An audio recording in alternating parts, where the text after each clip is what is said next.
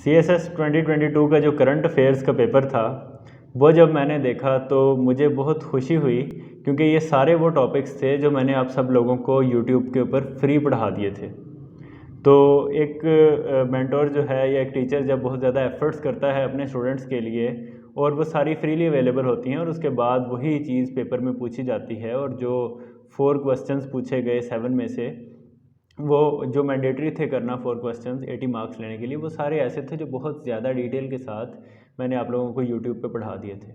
तो इस वीडियो में हम ये करते हैं कि इन सारे क्वेश्चंस का थोड़ा सा एनालिसिस करते हैं, टोटल 7 क्वेश्चंस का। उसमें से 4 क्वेश्चंस मैं वो भी बता दूंगा जो मैंने पढ़ाए हुए थे, और 3 क्वेश्चन जो उसके अलावा आए हैं वो देखते हैं।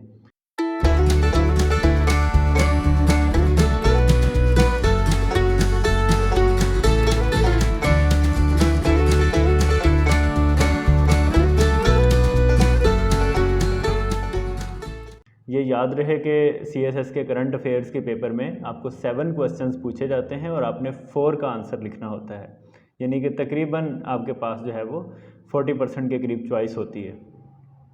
तो पेपर मेरे सामने खुला हुआ है और मैं एक एक क्वेश्चन देखता जाता हूँ और आपको बताता जाता हूँ कि उसमें क्या क्या लिखना था या उसमें क्या क्या अहम चीज़ें थी जो लिखी जा सकती थी। तो सबसे पहला क्वेश्चन जो है वो ये है कि रशियन इन्वेजन ऑफ यूक्रेन, जो कि 24 ऑफ फरवरी को हुआ था 2022 को, उस इन्वेजन के बाद पाकिस्तान के पास फॉरेन पॉलिसी की ऑप्शंस कौन सी रहती हैं।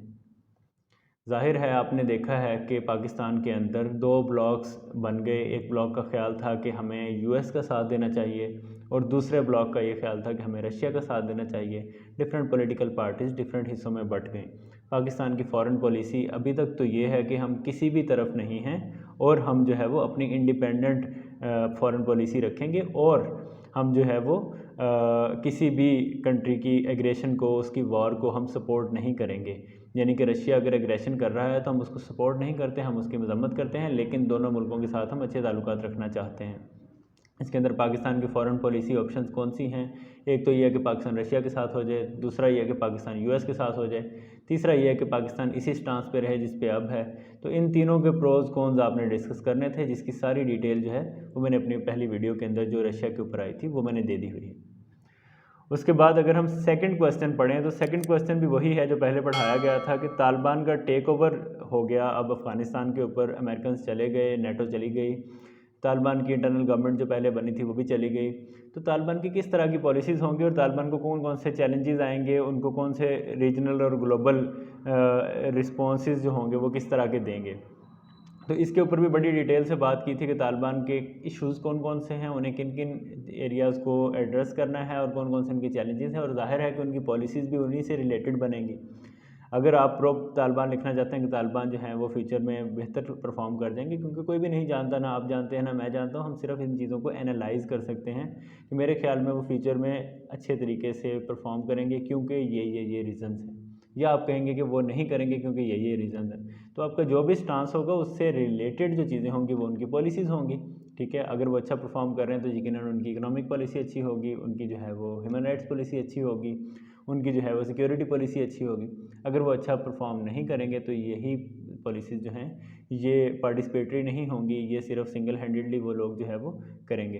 तो इनकी पॉलिसीज़ जो हैं वही होंगी जो उनका फ्यूचर होगा, और ये दोनों चीज़ें जो हैं ये हमने अपने करंट अफेयर के कोर्स में पढ़ी हुई हैं। और अगर आपने अभी तक वो वाली वीडियो नहीं देखी तो आप ज़रूर देखिए, आपके नॉलेज में भी इजाफा होगा और आपके एनालिसिस स्किल्स के अंदर भी काफ़ी ज़्यादा फ़र्क आएगा।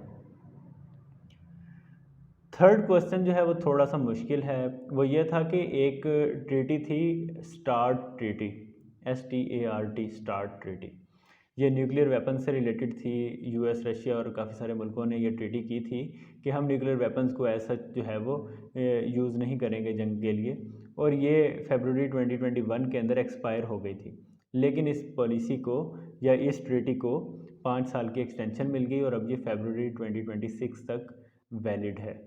तो क्योंकि इस साल इसको एक्सटेंशन मिली थी तो इसलिए करंट अफेयर का पेपर बनाने वाले ने इससे रिलेटेड सवाल पूछ लिया कि रशिया ने तो यूक्रेन पे हमला कर दिया है और दुनिया में थोड़ी सूरत हाल थोड़ी सी गड़बड़ है, तो न्यू स्टार्ट पॉलिसी पे क्या असर पड़ेगा। तो हम ये कह सकते हैं कि अगर वक्त आगे चलता है और इन्वेजन जो है वो चलता रहता है तो मे बी रशिया किसी स्टेज पे फ्रस्ट्रेट होकर न्यूक्लियर वेपन्स यूज़ करना चाहे, या फिर ये हो सकता है कि रशिया इस पॉलिसी के साथ अटैच रहे और कहे कि इस ट्रीटी से बाहर नहीं निकलेंगे। लेकिन ये डिपेंड करता है कि किस तरह के हालात फ्यूचर में होते हैं और रशिया की क्या डिमांड्स हैं। तो इन सारी डिमांड्स को, इन हालात को, इनका एनालिसिस करना था और उसके बाद आपने अपनी एक राय देनी थी। लेकिन ये थोड़ा सा मुश्किल है क्योंकि स्टार्ट ट्रीटी पहले से चल रही थी, अब क्योंकि रिवाइज़ हुई है तो ये कोई एंटिसिपेट नहीं कर रहा था कि उस पर भी कोई क्वेश्चन आ जाएगा। लेकिन बहरहाल इसके अंदर भी सारी चीज़ें आप उधर से ही कवर कर सकते हैं जो रशिया यूक्रेन वाला टॉपिक था या यूएस वाला टॉपिक था करंट अफेयर्स का। नेक्स्ट क्वेश्चन जो है वो है जनाब मुस्लिम उम्मा के ऊपर, और ये पूछा गया है कि ओआईसी का रोल कैसा होगा, मुसलमान कैसे यूनाइट हो सकते हैं और किस तरीके के साथ हम इन सेक्टेरियन डिवाइड्स को ख़त्म कर सकते हैं। इसके ऊपर हमने काफ़ी सारे लेक्चर्स तैयार किए थे। इसमें हमारे 2 लेक्चर्स की सीरीज़ थी मिडल ईस्ट से रिलेटेड, जिसमें हमने इस्लामोफोबिया, मिडल ईस्ट और सेक्टेरियन डिवाइड्स ईरान सऊदीया की और मुस्लिम उम्मा की जनरल सूरत हाल का और ओआईसी का जायज़ा लिया था कि वो किस तरह की ऑर्गेनाइजेशन है और उसके क्या इश्यूज़ हैं। तो ये सारी चीज़ें जो हैं ये आप इजीली लिख सकते थे पेपर में अगर वो आपने वो वाली वीडियोस देखी होती। लेकिन बहरहाल अभी भी वो वीडियोस अवेलेबल हैं और अगर आप ये चाहते हैं कि आप किसी नेक्स्ट एग्ज़ाम की प्रिपरेशन कर रहे हैं तो आप उन वीडियोस को ज़रूर देखिएगा।